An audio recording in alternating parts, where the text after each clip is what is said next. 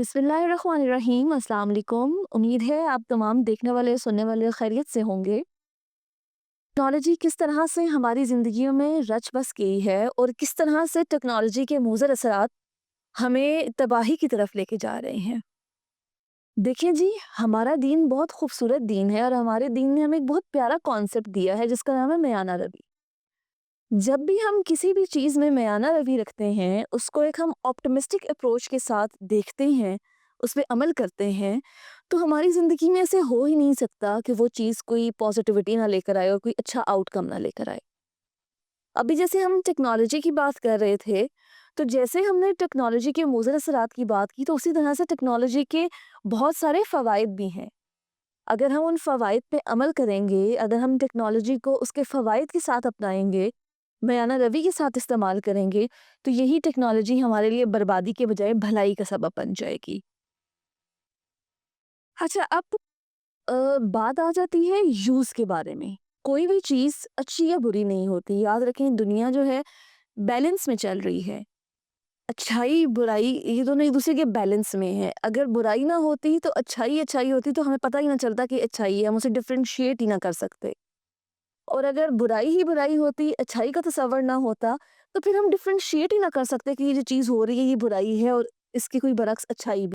जब हम अपने बच्चों को टीच कर रहे हैं, जब हम अपने बच्चों की पेरेंटिंग कर रहे हैं, तो द मेन थिंग इज़ कि हमने अपने बच्चों को सिखाना है कि जब उनके हाथ में छुरी होगी, तो उस छुरी से वो फ्रूट काटेंगे, अपनी उँगली नहीं काटेंगे।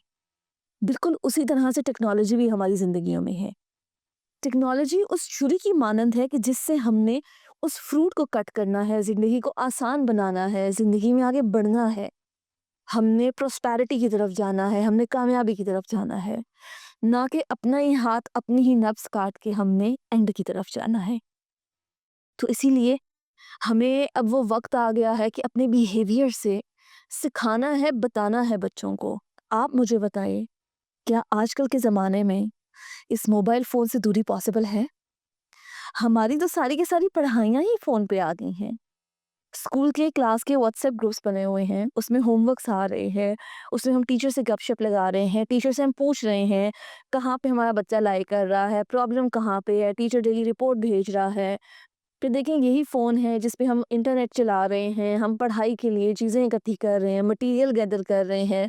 अब बगैर लैपटॉप के आप अपनी यूनिवर्सिटी की पढ़ाई नहीं कर सकते हैं, अपने सॉफ्टवेयर्स नहीं चला सकते हैं। तो ये फ़ोन तो हमारी ज़िंदगियों का एक बहुत अहम हिस्सा बन चुका हुआ है। तो इस फ़ोन को अब हम स्नैच नहीं कर सकते हैं बच्चों से। और देखिए, मैंने जैसे बात की है कि बच्चे तो बिहेवियर से सीख रहे हैं। अगर एज़ अ पेरेंट मैंने छुरी से उँगली काट लिया, तो मेरा बच्चा देखेगा तो वो कहेगा छुरी से उँगली ही काटनी होगी। उसको नहीं ये चीज़ समझ में आएगी कि नहीं, छुरी से मैंने उँगली नहीं काटनी, मैंने फ्रूट को काटना है। तो ये मेरा बिहेवियर है जो मेरे बच्चे को सिखा रहा है। बच्चा पैदा होता गया है तो उसने तो आँख खोली और उसने अपने सामने फ़ोन्स देखे हैं। टच टच फ्लैश टाइप्स उसकी पिक्चर्स दी जा रही हैं। थोड़ा-सा बड़ा हुआ है तो हमने उसके पास म्यूज़िक लगा के रख दिया है। बच्चा खाना नहीं खा रहा, बच्चे का पैम्पर चेंज करना है तो पास गाने लगा के रख दो, पास कोई कार्टून्स लगा के रख लो कि वो डिस्ट्रैक्ट हो जाएगा और खा लेगा माँ के हाथों से। बच्चा बात नहीं सुन रहा है, ज़िद कर रहा है, रो रहा है, तो उसको हाथ में फ़ोन पकड़ा दो, गेम्स लगा के दे दो, वीडियोज़ लगा कर दे दो कि बच्चा बहल जाएगा।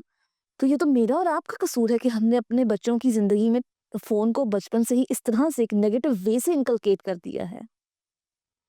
और एक रिसर्च मैं पढ़ रही थी, मुझे वो रिसर्च बड़ी ही अच्छी लगी और बिल्कुल आजकल के हमारे टाइम से मुमासिलत भी रखती है। हमारे यहाँ पे इंडो-पाक में ये है ना कि हम अभी तक वो वाले पेरेंट्स हैं कि मुझे बच्चे पे गुस्सा आएगा, बच्चों ने मैंने खुद बच्चे को फ़ोन दिया है, जब मुझे उस पे गुस्सा आएगा मैं उससे फ़ोन स्नैच कर लूँगी। भई, आप फ़ोन छीन रहे हैं, बच्चा बागी हो जाएगा। आजकल बच्चों के पास इतने रिसोर्सेज़ हैं कि आपकी सोच है कि वो कहाँ-कहाँ से चीज़ें अरेंज कर लेंगे। फिर आप क्या करेंगे जब वो आपको बगैर बताए एक चीज़ का इस्तेमाल करना शुरू कर देगा?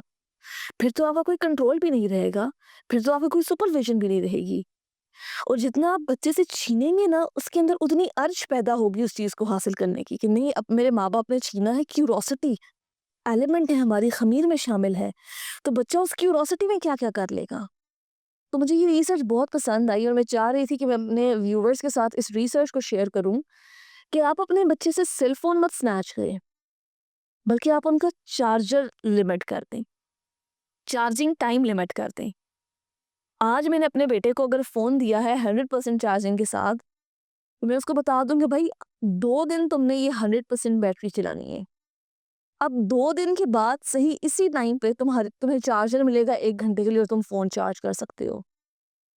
اب دیکھیے انکانشیسلی بچہ کیا کرے گا. اب مجھے بھی اگر پورا دن لائٹ ہی نہیں ہے اور میں نے پورا دن فون کی چارجنگ چلانی ہے، میں نیٹ کم استعمال کروں گی، میں دھیان سے استعمال کروں گی کہ میری بیٹری جو ہے وہ لمبا ٹائم چل سکے. تو بالکل اسی طرح سے جب میرے بچے کو پتا ہے کہ اس نے 2 دن اتنی ہی چارجنگ چلانی ہے تو اب اس کا جو یوزج ہے نا فون کا وہ لمٹ ہونے لگ جائے گا. پھر وہ فون وہ انٹرنیٹ اس ٹائم پہ استعمال کرے گا کہ جس ٹائم پہ اس کو پتا ہے کہ یہ چیز زیادہ ضروری ہے، یہ چیز میری پرائیورٹی لسٹ میں ہے، تو مجھے اس کے لیے لازمی فون چاہیے ہے. تو اب ہمیں اس چیز پہ عمل کرنا ہوگا کہ ہم نے we don't have to snatch the phone. Instead, we have to limit the charging time. We have to take away the charger from the kids. ایک یہ اسٹریٹجی ہے جس کو لگانے کے بعد ہمیں بہت اچھے ریزلٹس ملیں گے.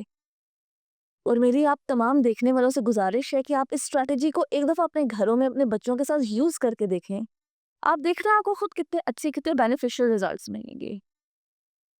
اور اس سیشن کو بھی میں ایک چھوٹی سی بات کے ساتھ اختتام کرتی چلوں گی کہ میں نے 2 دفعہ آج یہ بات کی ہے کہ ہمارے بیہیویئر سے ہمارے بچے سیکھ رہے ہیں. تو دیکھیں جی، اللہ پاک نے انسان کو بنایا ہی ایسا ہے کہ انسان دیکھ کے سیکھتا ہے.